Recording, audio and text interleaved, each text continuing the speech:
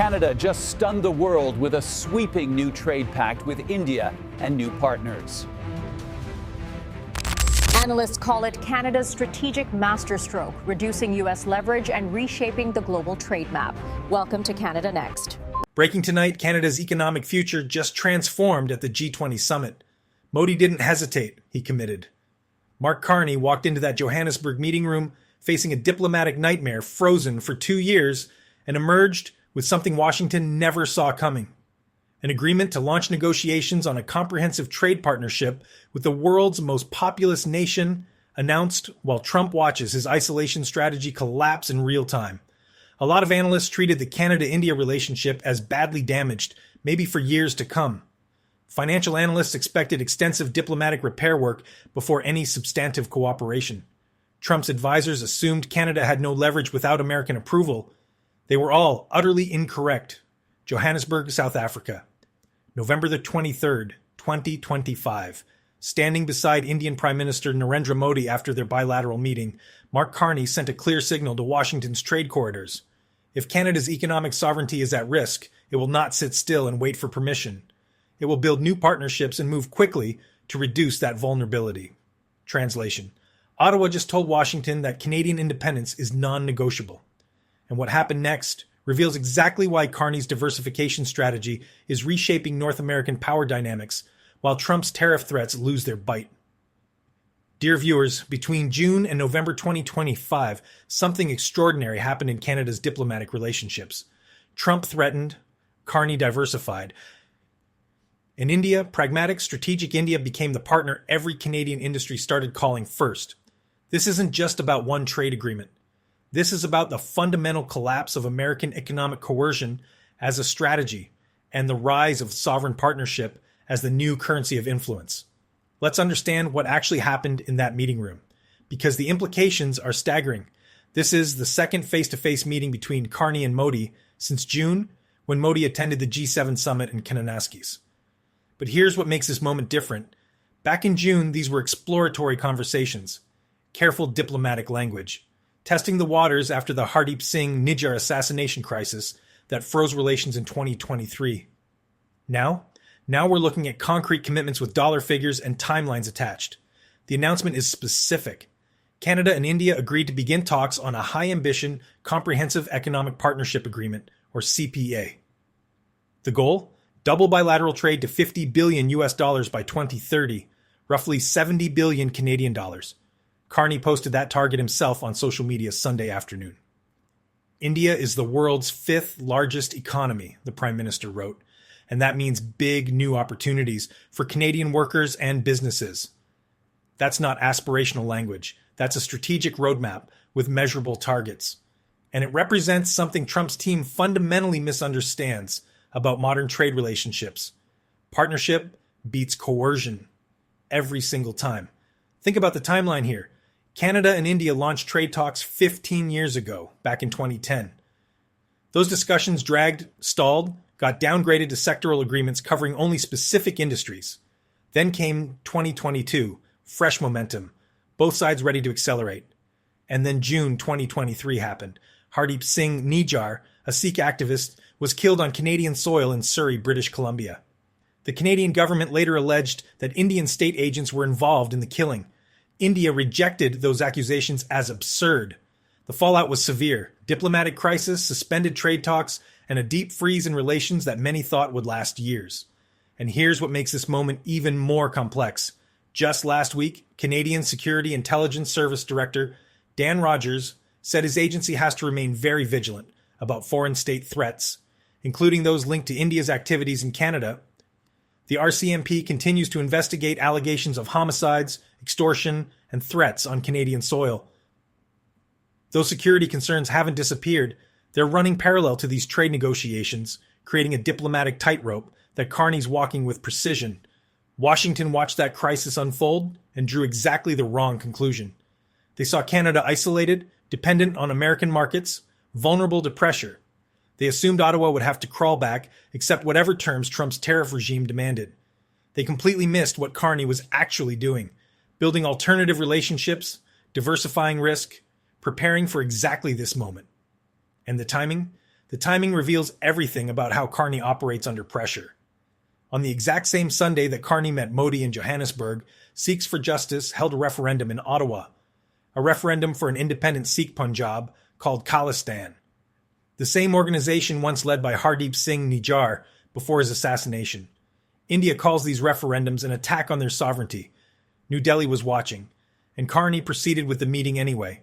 Foreign Affairs Minister Anita Anand asked about the timing, said the meeting has been contemplated for some time and it happens to be falling on the Sunday without intention to undermine or hurt any interest domestically.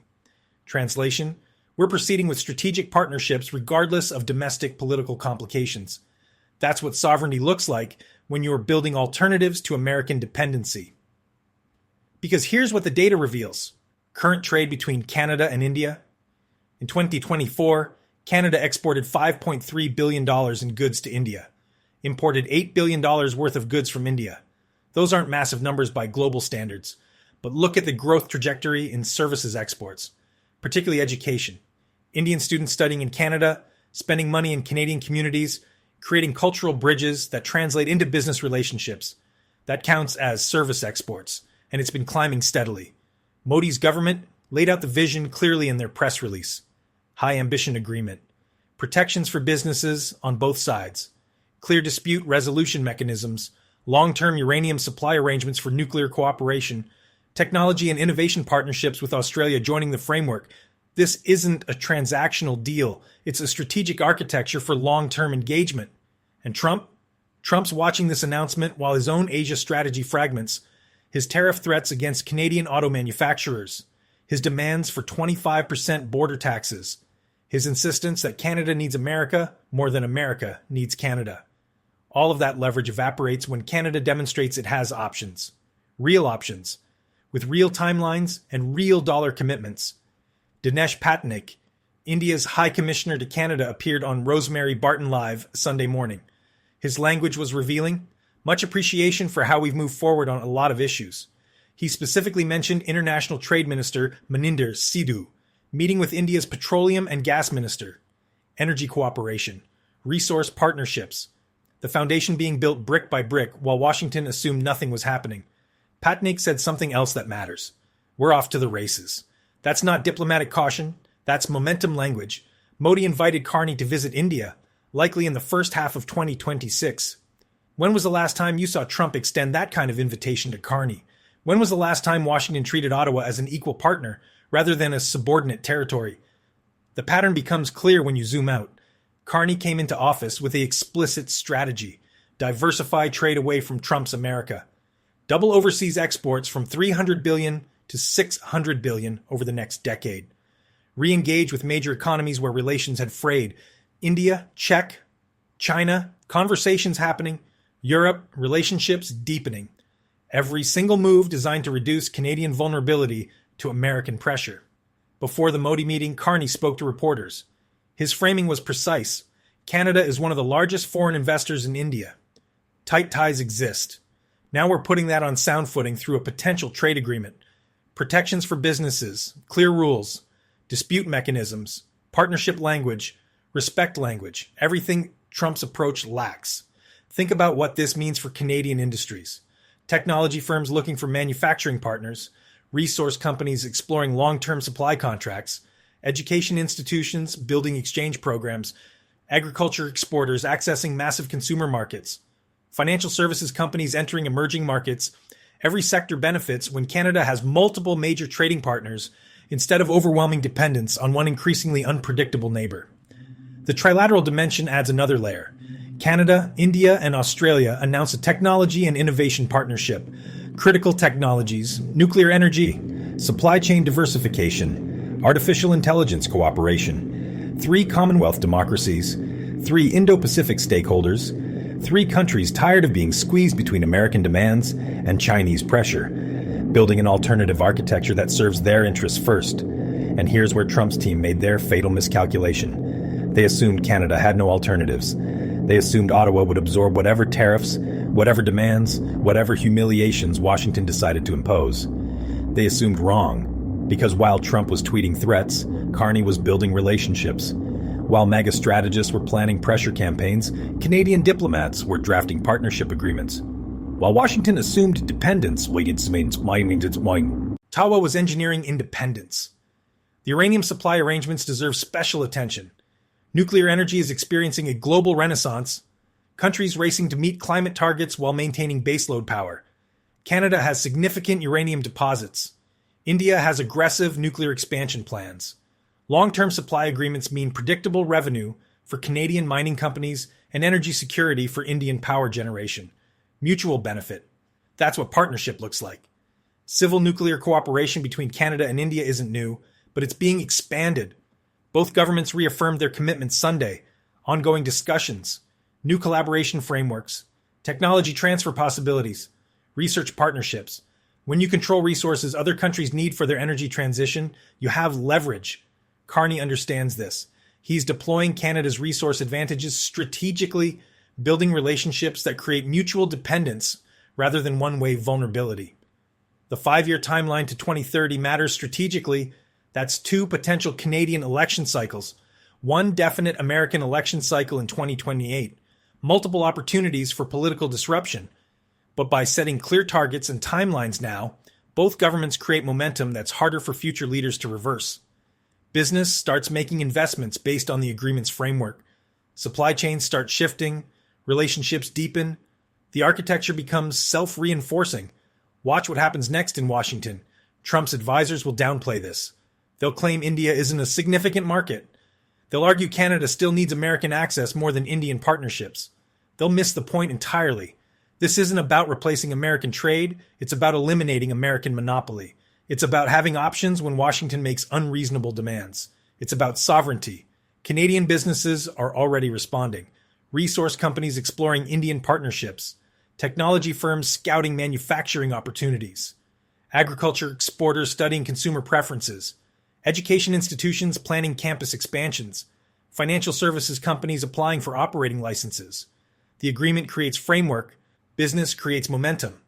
Think about the signal this sends to other countries.